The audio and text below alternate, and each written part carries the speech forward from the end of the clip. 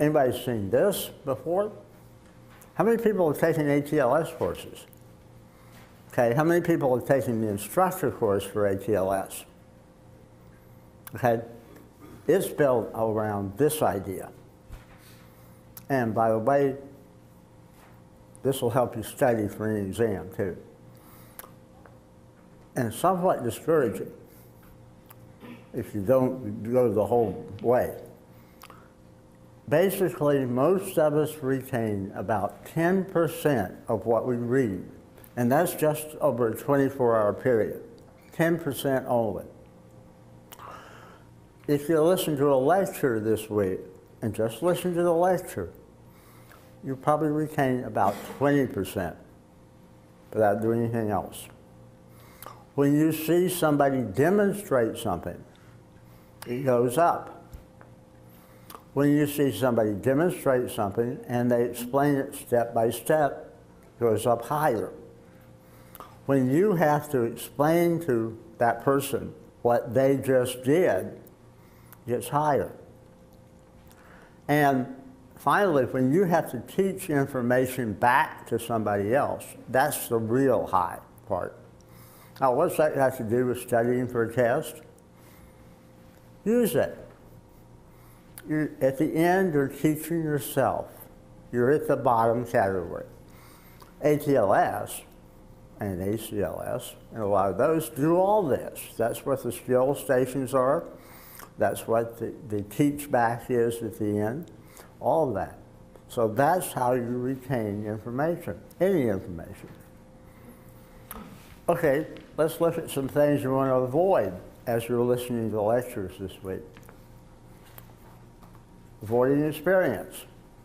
Don't just walk into a room without having looked at some preliminary stuff about what you're going to hear.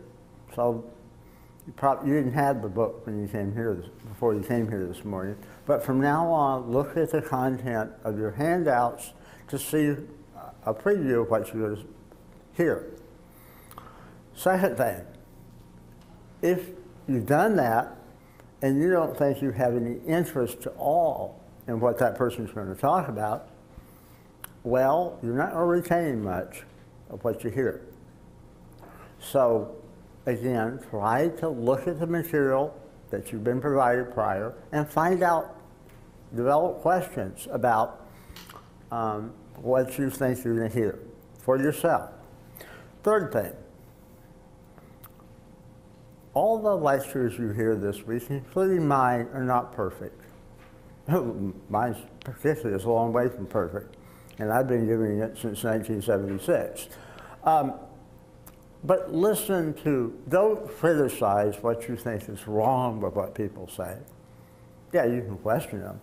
And particularly don't criticize something you don't like about the person, the way they're delivering the presentation or all that. Again, listen to the things you want to learn from the lecture.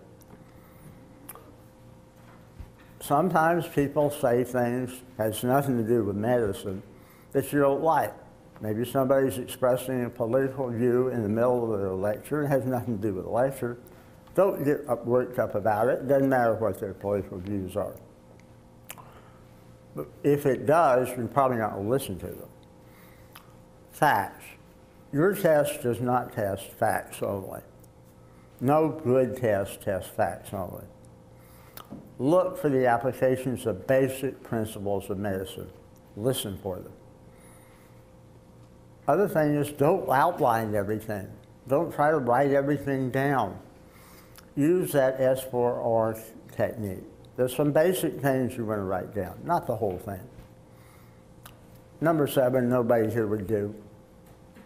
I'm sure. This is more younger kids. Facing attention, smiling back at the speaker all the time, that kind of stuff. Doesn't help at all in terms of retaining the format. You're in a nice learning environment here. But if it's too hot or too cold, tell somebody. If it's noisy, tell somebody. They can make adjustments. That kind of stuff. Wasting thought power. You're in these rooms, this room, to listen to the content of lectures and try to apply that to your daily life or to the board. Don't, well, luckily there's no windows here, but looking out the window, playing, doodling, and doing things that have nothing to do with lecture, that's wasting thought power.